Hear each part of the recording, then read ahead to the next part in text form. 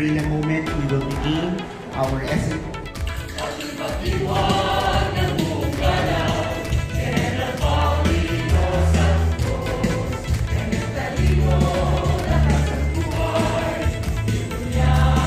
Process is an important opportunity for us to assist how we can improve and expand our programs.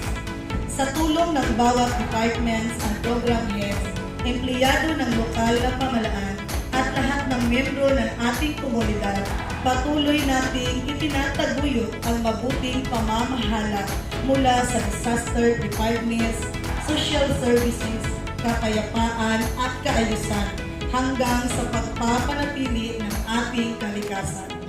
Again po, maraming salamat sa inyo and sa lahat po, lalong-lalo na sa ating mga bisita ngayon.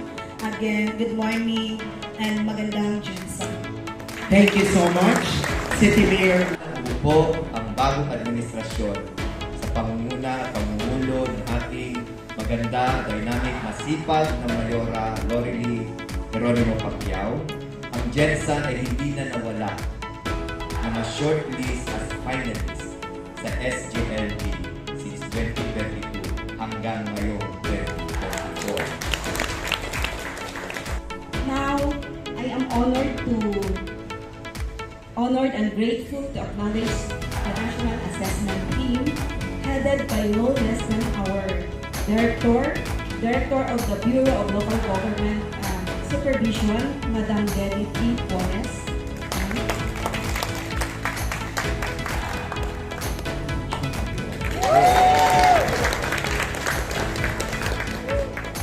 If you champion LGP cares that it is being felt by the community and that if we validate the community's response and they will not do the service, then the day is just a validation of the services rendered by the city government of the General Santos City, the government of the people, by the people, and for the people. Leading the service delivery, allow me to acknowledge our